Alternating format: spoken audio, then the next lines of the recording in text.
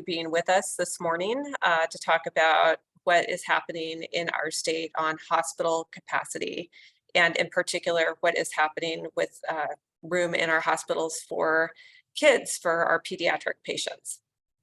We asked you here today because we think it's important for the community to be aware that hospital emergency departments across Washington are very strained right now.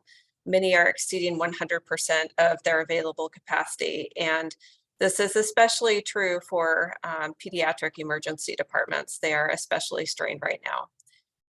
Seasonal illnesses and the flu and COVID-19 are spreading in communities across our state right now, and people are in need of care. We are finding that often when patients are coming in, they are sicker than normal because many have experienced delayed care due to the COVID-19 pandemic. And every year at about this time, we are thinking about and preparing for what we call respiratory season, where hospitals are adding space and supplies and staff. And this is a really challenging year to be able to do that because already our system has been operating under a lot of strain, including particularly for staff. Like all other industries, the hospital and healthcare space is experiencing staffing shortages, which makes responding to a surge of this type especially challenging. Nationally and here in Washington state, respiratory syncytial virus, or RSV, is circulating widely right now. This is a virus that can be especially dangerous for young children, and it's impacting kids earlier in the season this year. And this is putting increased strain on children's hospitals and pediatric units. And we think it's important for the community and especially parents to be informed about what's happening so they can take steps to keep kids healthy and know what to do if their kids get sick.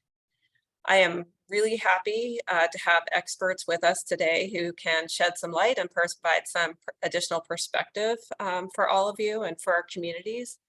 I'm going to go ahead and introduce them right now, and then we'll, in just a moment, turn to them to have them provide their perspective. So first we have Dr. Tony Woodward, who is the Medical Director of Emergency Medicine at Seattle Children's Hospital.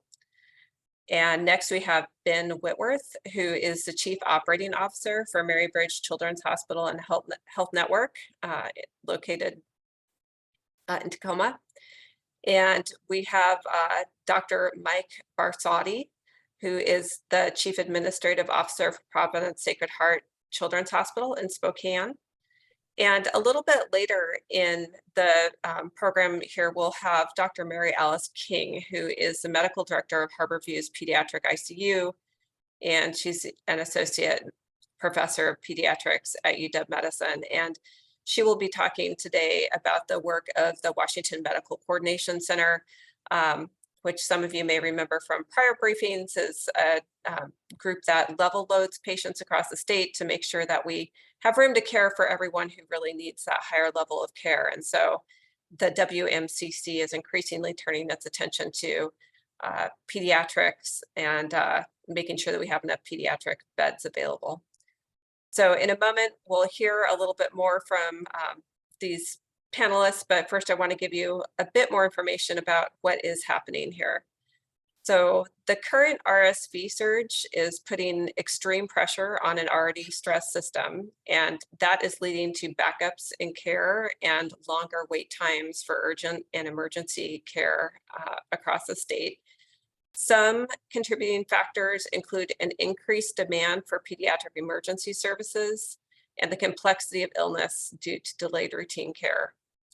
And we also are having an increase in children who need behavioral health services and have been unable to access those services in the community. And so they are presenting in emergency departments and putting pressure on the need for those emergency departments to be able to respond to the acute situations that are presenting there. And another reason is that pediatric patients are increasing. We are experiencing an increase in long length of stay pediatric patients. We've talked about this some in the context of adult patients, but This is also dynamic with pediatric patients. For some of these kids, social services cannot be met in the community. And so they may come into the hospital for a healthcare need and they can't be discharged because their social service needs can't be met in the community. And so they wind up essentially being stuck in the hospital for weeks and sometimes months. And we can't find a placement for them in the community. So they are unfortunately needing to be cared for in the hospital, which is not a healthy place for them to stay. And it's not a good use of a hospital bed for those kids either. RSV and influenza continue to spread across the country, and would just mention that Washington hospital leaders and our regulators and state agency officials are really working together to manage this here in Washington State. And I want to just take a moment to particularly thank our own Washington State Department of Health. They have been tremendous in their partnership over the last couple of weeks, helping hospitals through the regulatory process that will allow them to increase their number of beds and create new spaces and rooms for pediatric patients, including in pediatric intensive care units.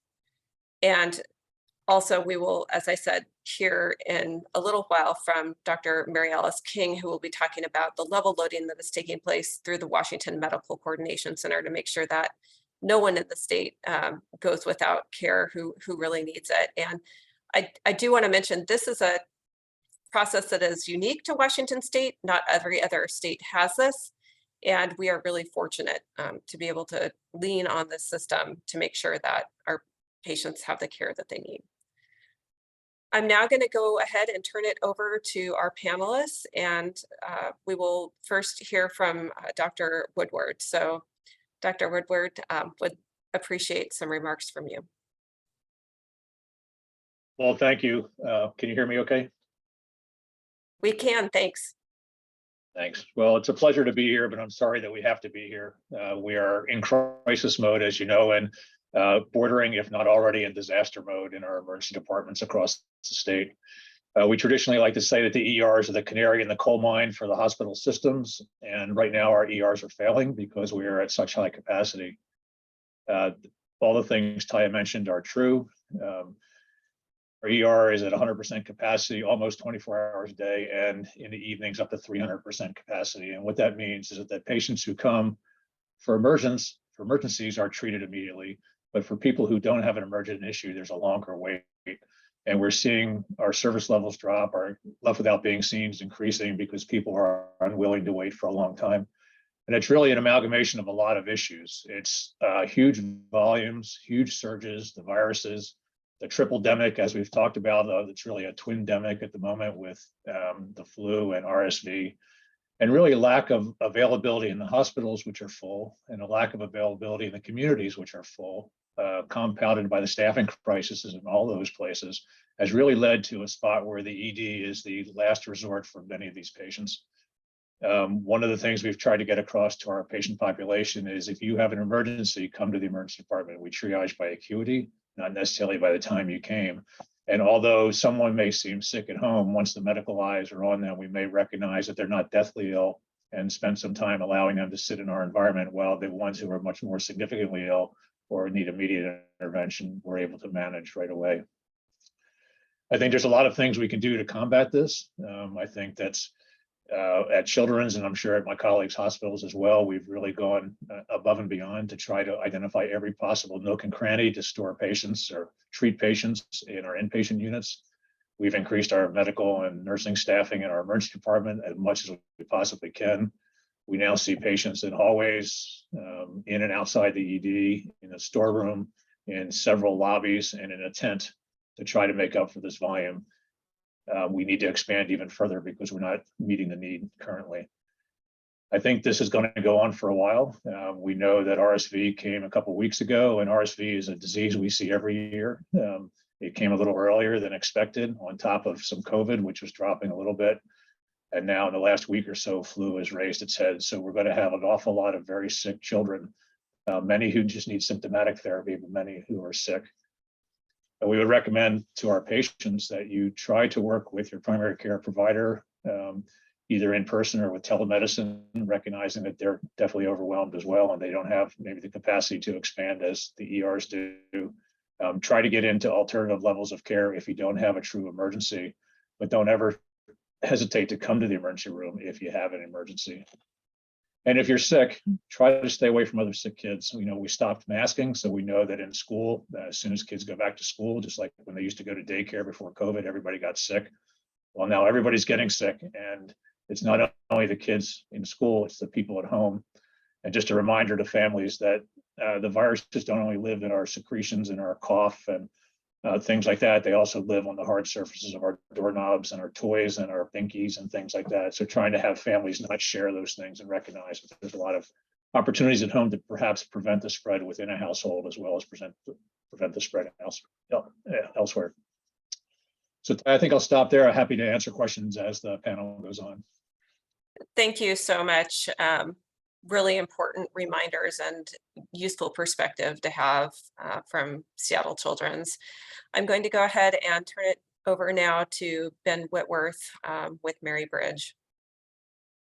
Yes, I am Ben Whitworth. I serve as the Chief Operating Officer here at Mary Bridge Children's Hospital and Health Network. I want to share what we're doing from an operations standpoint to address this challenging situation. It's highlighted by Dr. Woodward. Like children's hospitals in this region and all over the country, Mary Bridge is experiencing an unprecedented surge in patient volumes. Most of our physicians and team members that are here have all reported they've never seen it like this, and all the numbers are indicating like that as well. In the past several weeks, our emergency department has been well over 100% capacity every day. Our current capacity wait time, just as an example from today, we currently in the morning have 23 patients in the waiting room. We have children in our waiting room that have been waiting since 10 o'clock last night, so greater than 12 hours. For patients that need to be admitted from the emergency department to the hospital, hold times have been averaging over 24 hours for that. And so at any given time, we could have 6 to 8 patients holding in the emergency department, waiting on a bed on the inpatient floors. Right now, currently, we have, as you mentioned, it's not just respiratory, we have behavioral health crisis as well in this region. There are 5 patients in the emergency department waiting on a placement for an inpatient bed. The average hold time is in days. For many of those patients, these patients require one-to-one staffing and additional safety precautions in place. We have one patient, one behavioral health child who's been in the emergency department holding for 347 days as of today. All of this adds to the stress of this current respiratory surge. Our recent data and some of our testing results, over 60% of our emergency department visits that we're seeing are respiratory related, and about 80% of our hospital admissions right now are respiratory related. These numbers will change daily. Dr. Woodward mentioned flu, it's coming back too, but of our virus tests, 51% are positive for RSV, 27 rhinovirus, and 13% for flu. So that number is rising here as well. We at Mary Bridge, we are seeing our highest ever admissions for RSV in our system's history. From handling this from an operations perspective, we did stand up Incident Command 3 weeks ago, which is an interdepartmental task force to help address multiple impacts of the surge across our hospitals and our networks and clinics. And we knew that we would need that to plan ahead. We already have a strain on the healthcare system, staffing shortages, financial challenges, the children that have behavioral health needs that we've discussed. And so as we've been looking through that, I just want to recognize our team that's been incredible, lending a hand wherever they can. We've had leaders that have been rounding in our emergency department waiting rooms, just helping provide and have extra cleaning resources on hand with our staffing challenges. Some of the things that we've done in the past 3 weeks have been to advance our triage process and have extra nurses in our ED waiting rooms and rounding with these patients before they're called back into the department. Our inpatient hospitalist physician team has been working extra to treat patients in the emergency department as they hold and wait for a bed upstairs in the hospital, so that the emergency department physicians can then provide emergency care to those patients who aren't holding. We're assessing other elective units in the hospital, like a sedation unit, how we can use that space for more bed capacity, as well as additional staffing capacity as well. Our adult hospitals and the multi-care health system have been supportive and are partnering to help keep patients that are older and meet certain criteria. For example, like a 16-year-old above a certain weight that present to their emergency departments. They've been holding those patients there and keeping those patients as opposed to transferring them to Mary Bridge. Just allow us to treat the sickest and the youngest here with those pediatric specialists. And of course, we've been partnering, I know we'll hear later on, but with the Washington Medical Coordination Center and Northwest Healthcare Response Network as well to address the regional surge. Staffing was a challenge before this most recent impact. And so we're continuing to do things such as offer incentive pay for nurses and staff who take shifts. We've said nurses a lot. Respiratory therapists is an extreme challenge. I know for all of our hospitals and pediatric respiratory therapists is yet another specialization where we have a shortage. And one other thing that we're working to do is have additional providers that may not work in the emergency department normally. So physician's assistant and nurse practitioners and even primary care pediatricians, getting them the right privileges and credentials to help see some lower acuity patients in our ED as well. From the community's perspective, we recognize what people are hearing and seeing on social media, and of course, it could be scary and confusing for parents. And so, Dr. Wilbur, we're here for the kids. Come to the emergency department if it's an emergency, but don't make the ED or urgent care your first stop, unless it's truly an emergency, because the urgent cares are overwhelmed as well. In terms of being our level 2 pediatric trauma center here at Mary Bridge, we're a regional transfer center and care for the sickest kids in the community. And so we want to make sure that we reserve those resources for those sick kids. One of the statistics that our primary care team has been helping share on our social media has been that this is from the American Academy of Pediatrics, almost all kids will get RSV at least once before they turn 2, and a very low percentage of that need hospital care. So monitor symptoms, check with your primary care physician to make sure you have the right level of care. You also, Dr. also mentioned the practices for good hygiene that we've gotten used to through the pandemic, but we don't have masks anymore in schools. So the washing hands, covering coughs and sneezes, staying home when you're sick, I cannot re-emphasize that enough. And then for established patients, at least within our system, we're recommending utilizing the patient portal functions and MyChart to contact the pediatrician's office to get help as well.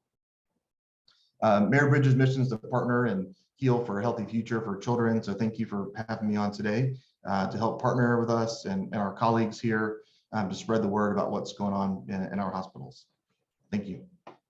Thank you so much for providing that perspective. And yes, masks are no longer required in school, but it is certainly an option to wear a mask. And so that may be one thing that folks want to be encouraging their family members to do when they're in indoor spaces. So with that, I am going to go ahead and turn this over to Dr. Barsotti. I think, am I getting closer? Barsotti. Perfect. Okay. Practicing pronouncing names. So he's the Chief Administrative Officer for Providence Sacred Heart Children's Hospital in Spokane. Thank you for being with us. My pleasure. Thank you. Good morning. Well, this is the beauty of going third, right? So I want to start by echoing or thanking, Dr. Woodward and Mr. Whitworth, because a lot of what needs to be spoken about has already been mentioned, right? Our ERs are under stress. Preventative measures are important. Things like good hand washing. If your child or you are sick, don't go to school or work. I know masking is an issue, but truly masking prevented disease in the last 2 years from occurring. So it's something to think about, right?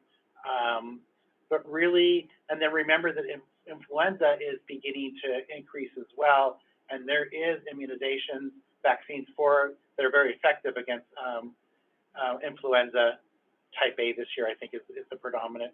So that's really important. I think the other thing that the two did a really nice job of, and I just want to sort of get on there, echo what they said, is to thank our staff for the amount of work that they're doing to make this surge doable.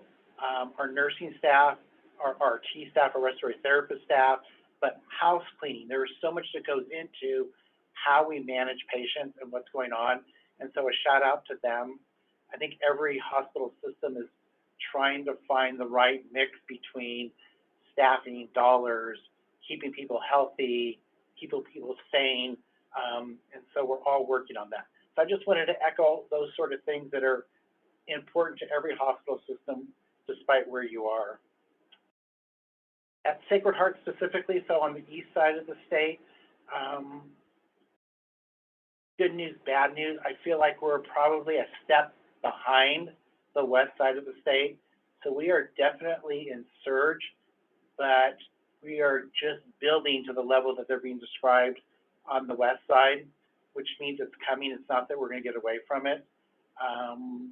Specifically for us, we are also over capacity at this point. Our ER is taking the brunt of what's going on.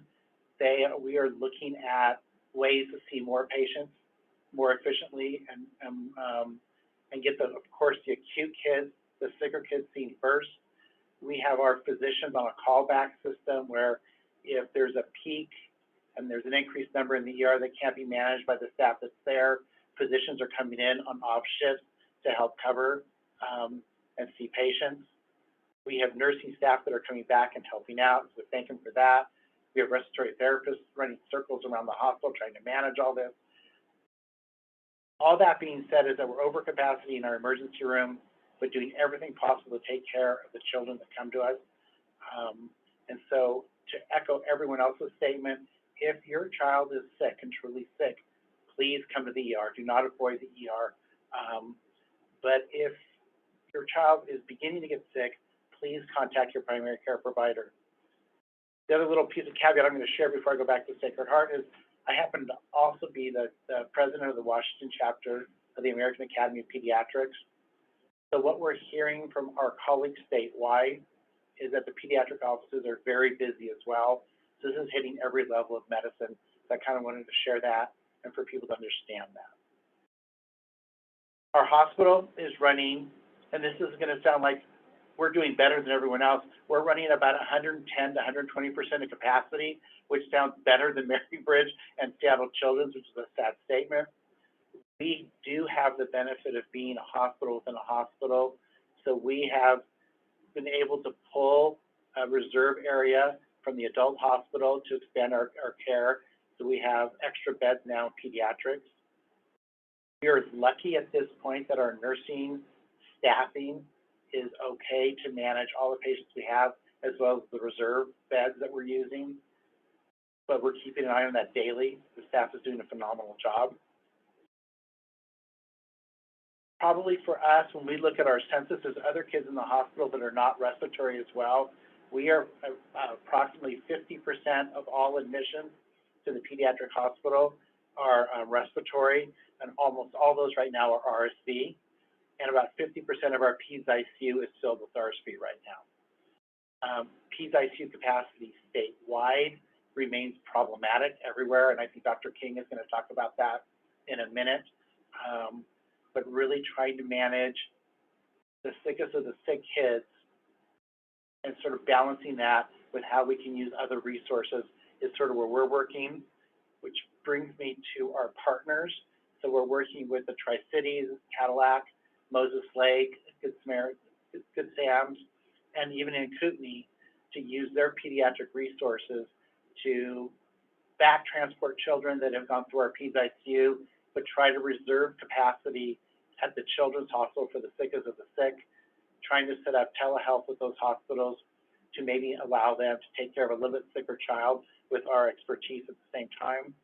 So we're working with our partners in the area. And then finally, I wanted to touch a bit on prevention. I think prevention is important. Immunizations, get your flu shot, keep your kids up to date with your immunizations. COVID is not, in all fairness, not hugely contributing to the surge right now. That may change as the surge continues on.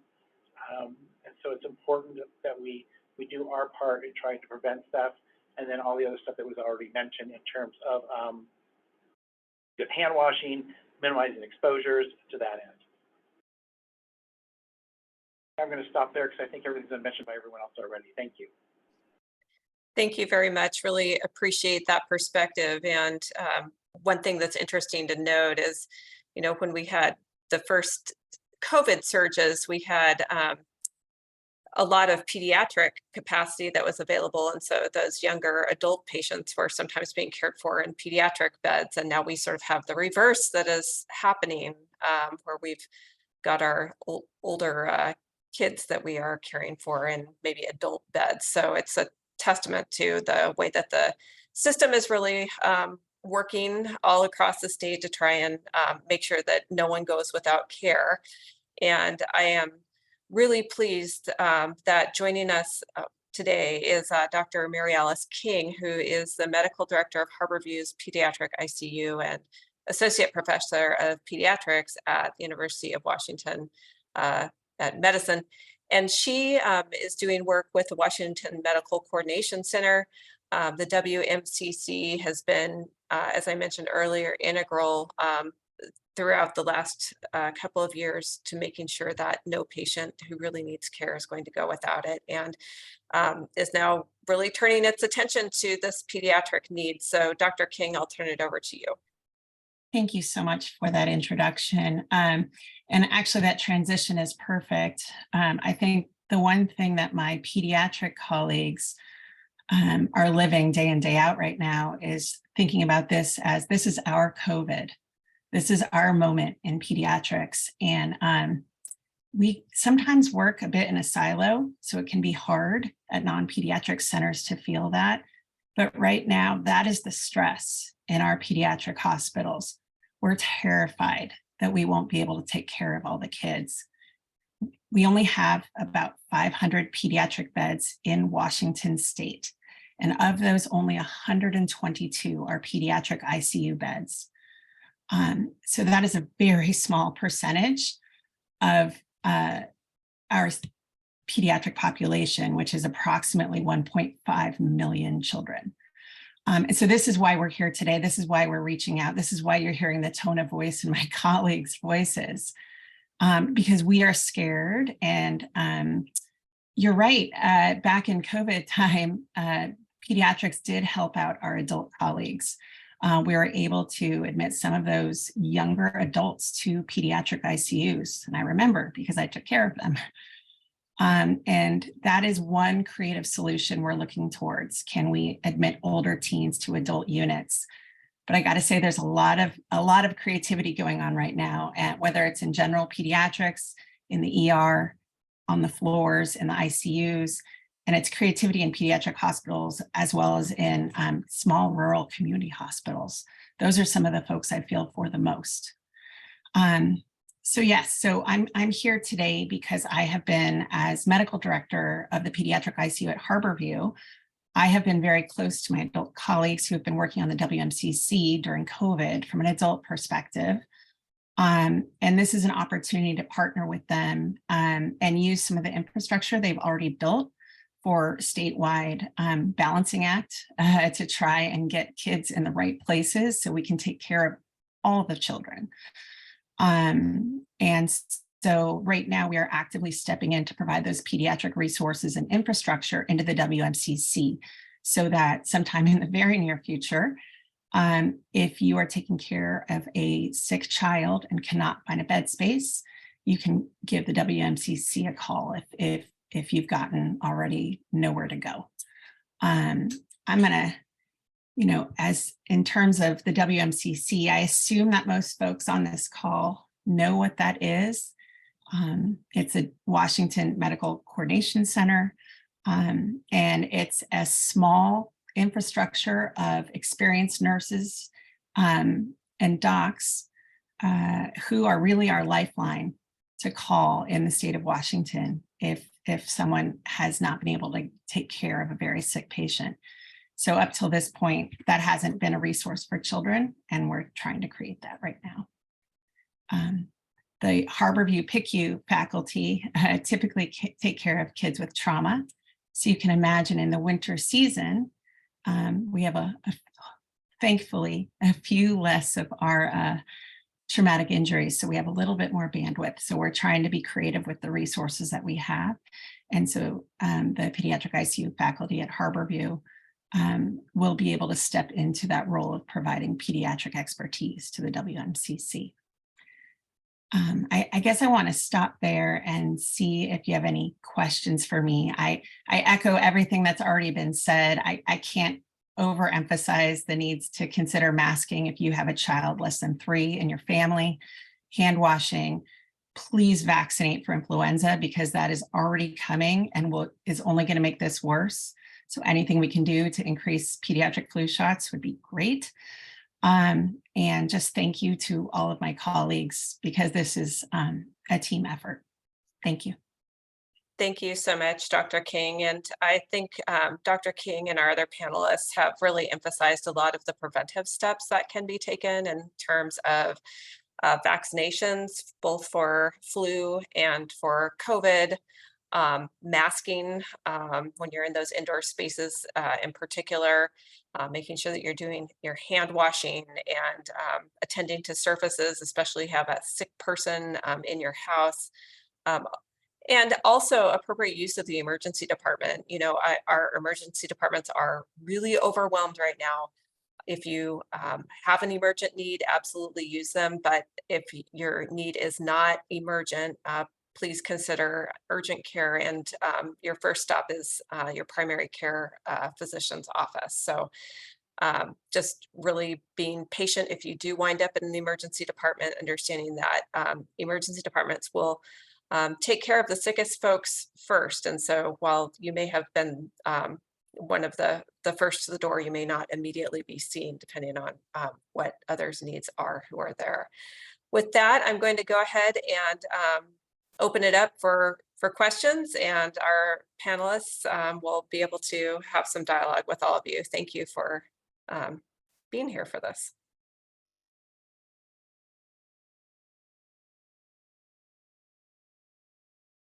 I should also mention it is fine to go ahead and chat in questions as well. Oh, I see Kate Walters has her hand up. Go ahead, Kate. Yeah, thank you all so much for this update. It sounds like you are in a pretty tough situation right now. As we head towards another potential COVID surge, and obviously as the flu season kicks off, it sounds like RSV has been the early end of this season. How confident are you that our current system can withstand the potential surge that you're about to see? And then also just a secondary question, as we head into the holiday weekend with Thanksgiving coming up, what are the main things that you want families keeping in mind as they're looking towards gathering with others? Thanks, Kate. I will just mention before I open it up to the panelists that Washington State is one of the states in the country with the fewest acute care beds overall. And so acute care beds are a precious resource here. However, we are also one of the most collaborative states in the country and have some of the now best infrastructure for managing this type of acute bed crisis that we are in. And so I'm feeling really good about the willingness of folks to work together to level load patients. It really is a stress on our system, however. And so this is an important opportunity for the community to be aware of what they can do to help with this challenge before us. So I will open it to the panelists to further comment and also say what they would like for folks to be thinking about as we head into the holidays. I can jump in. I think you're right to be worried about the holidays. I think we're going to have to make some tough decisions. If people are sick, they should probably not join in the holiday celebrations, even though that's going to be difficult. We're very scared. I think Mary really said it well. We're very scared. Our ED now has more patients in it now in our 35-bed ED than we have people on this phone call. So we're at 200% capacity at this time of the day, which is almost unheard of. In the past 2 weeks, we have averaged more than our highest volume ever before this surge. So to put that into some kind of context, we are really pushing hard. The other piece about the holidays is that our staffing gets lighter on the holidays. We sometimes don't have as much depth in our staffing. So unfortunately, with these illnesses, these are not convenience illnesses. These are illnesses that people really need to be seen for. And when we have less staffing to manage our inpatients and less staffing to manage our outpatients, it just will lead to a slower service for patients who need to be seen. I think that's really, really hard.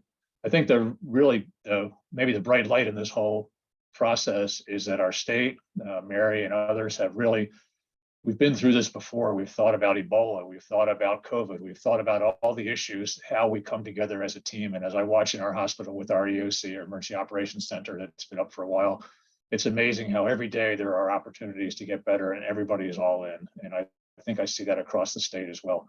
This is not an isolated issue. It used to be, those patients in the emergency department. Now it's our patients in the emergency department. We know that there are patients who are going to be admitted, or they're going to prevent other patients from getting the care they need. So I really have seen just an amazing amount of cooperation and collegiality, but there's a limit. There's a hard stop to what we can do. And our hospital has the most patients it has ever had in the hospital currently.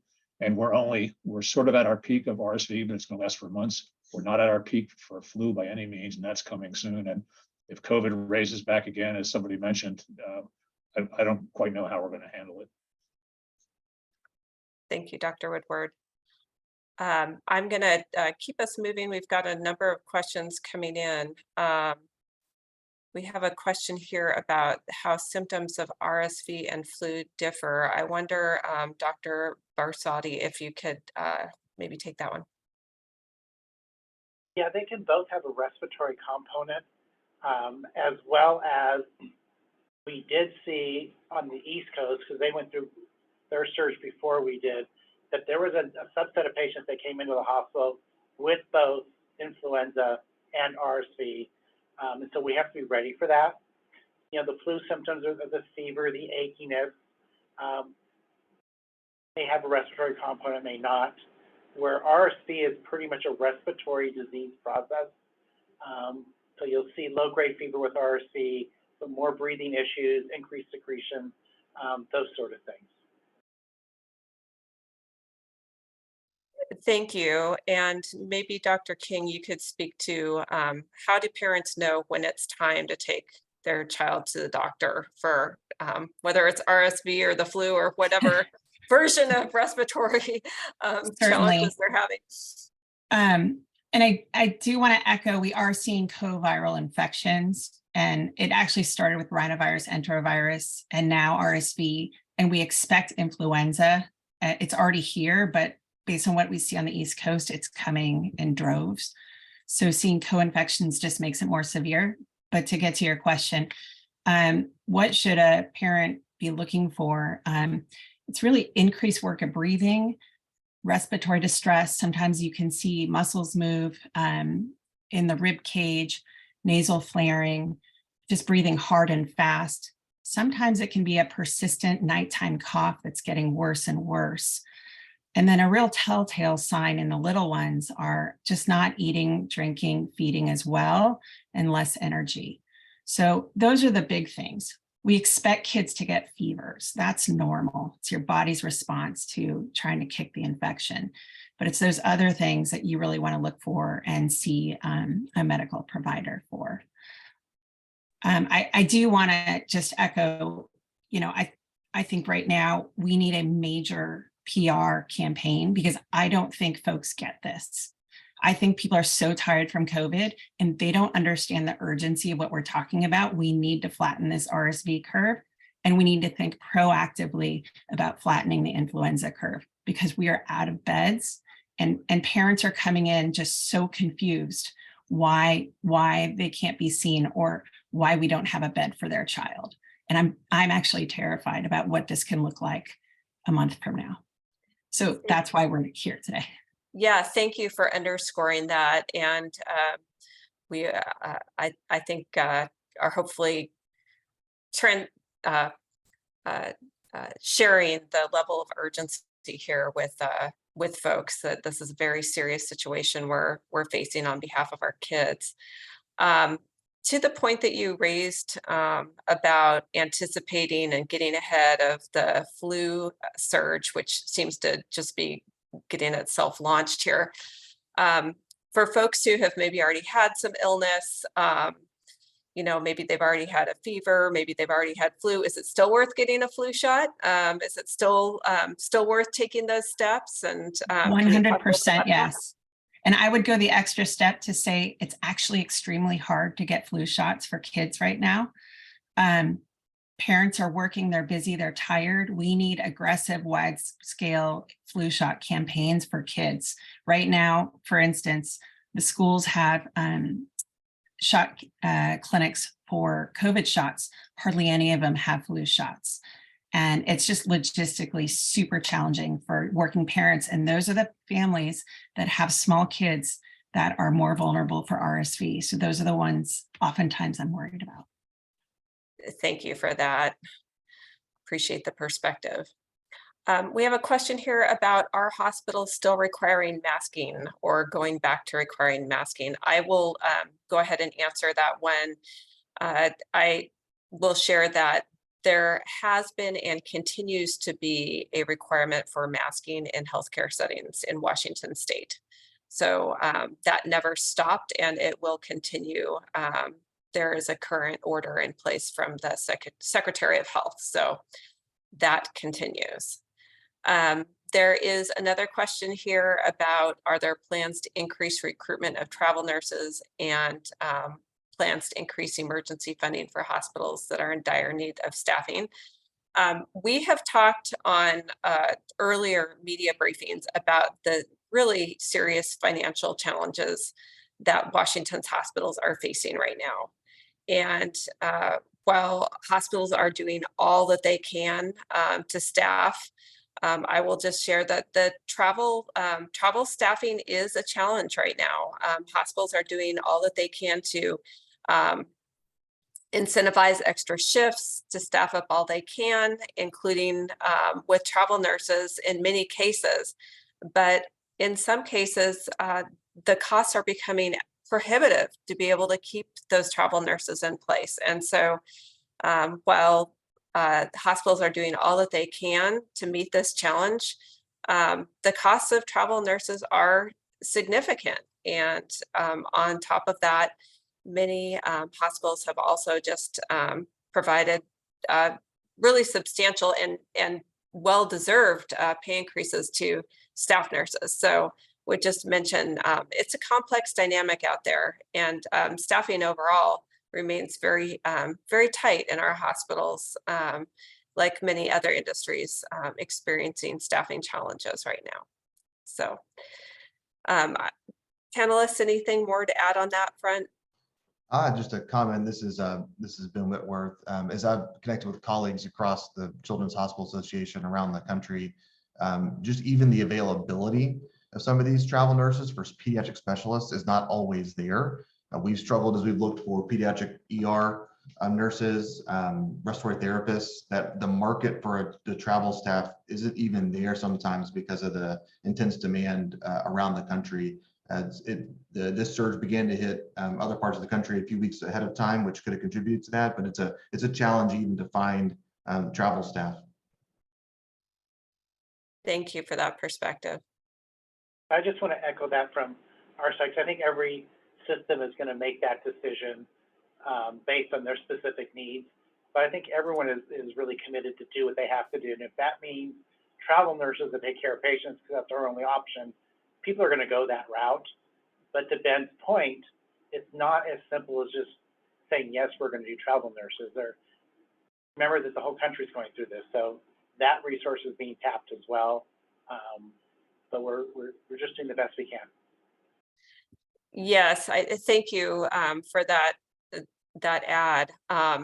There's a question here about, whether this is also affecting other states, in particular Oregon, for our border hospitals down there in the Vancouver, Portland area. Yes, this is absolutely a national challenge. I think one of the dynamics that is true in Washington state is that we do have one of the lowest number of beds in the country for our patients. And so that is definitely an added complexity here and requires a lot of reliance on one another to try and make sure that we are caring for all those who need it. Let's see, I'm having a look here for other questions. A question here about kids versus adults. Sounds like respiratory season may be hitting kids harder than adults. And do we expect that trend to continue? And how will it likely compare to the experience of adults this respiratory season? So I can lean into that from the Asper town hall that I led last week. We're seeing trends that are 2 to 3 weeks behind our East Coast colleagues, and their severity continues to go up for children, and they are sending children to adult hospitals.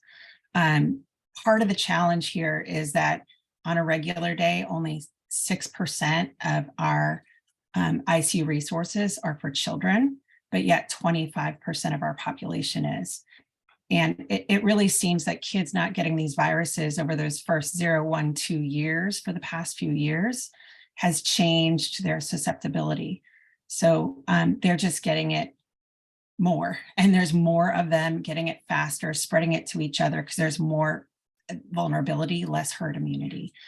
And so we expect this trend to continue based on what we're seeing from our partners in the East Coast. Thank you. Appreciate that. I think we may have gotten to all of our questions. Are there other questions for our panelists? Or to our panelists, as you've been listening to the conversation, is there anything that you are eager to add here? Hello, this is Daniel from Wish. I'd love to ask a question. Go ahead. Yeah, and sorry, my camera's off. I'm a little disheveled. I got my booster yesterday for COVID, and I actually had a mild reaction, so I'll spare you guys my face right now. But my question is, I'm trying to do my part, getting my vaccines, encouraging those I know to get the vaccine, and I still see hesitancy from people saying, oh, I don't know, I don't know if it's real, and they're still not convinced even after all of this. And I'm wondering how y'all are dealing with that, because I'm assuming that's an issue nationwide still, that have vaccine hesitancy. Question on vaccine hesitancy. Go ahead. So maybe I'll take a stab at this, and I don't know that I have the right answer here, but absolutely, vaccine hesitancy is an issue that's out there. At the Washington chapter of the AAP, we're really trying to combat that at the primary care level, to really establishing good relationships between your primary care physician and your family, and respectfully answering questions, and making sure that people have the right information to make the best decision for their children possible. We've learned that really that is the best way to combat vaccine hesitancy, is to really listen and share the science behind what's going on. But it's true, and the vaccine hesitancy that came out of the COVID pandemic spread to other vaccines for children, right? It wasn't just isolated to COVID vaccines, but has spread to other vaccines. And so there's a concerted effort in the state of Washington with the primary care pediatricians, and I am sure with our family practice people, colleagues, as well as hospital-based medicine, to really work through this and try to get the vaccine rates up to, as Dr. King said, flatten the curve, to really start protecting our kids, our most vulnerable population. We don't want them in the hospital. Nobody wants that. So trying to protect against that. But it's real. Thank you. And I did miss a question earlier back on the topic of flu vaccines and trying to get a hold of one, which I know I experienced as a parent, trying to find flu vaccines. As Dr. King noted, it seemed like there were lots of COVID vaccines and had to work harder to find a flu vaccine. And whether any of our panelists have perspective on what is sort of driving that dynamic, if it's a shortage, if it's logistics, and what folks might do to make sure that they're able to access them.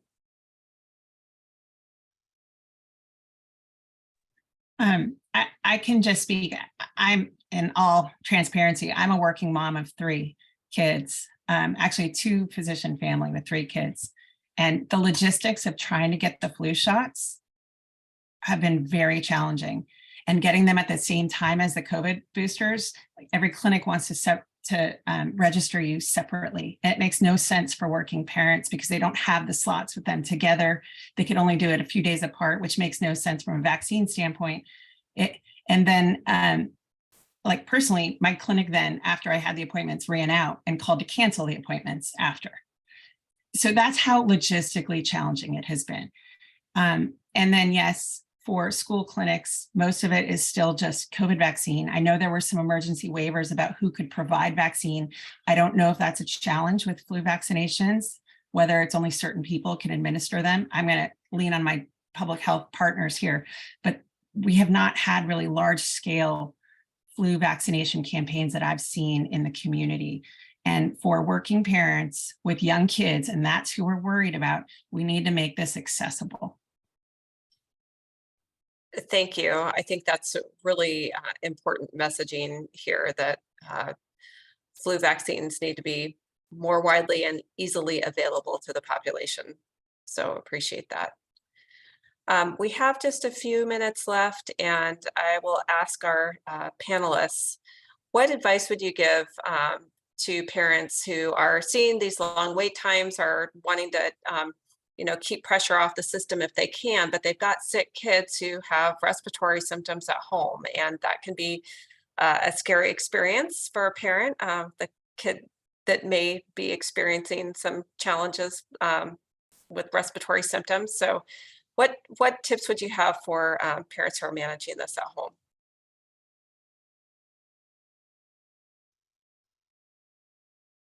Jump in. I think this is really hard. As Mary noted, many of the families have not had sick kids before.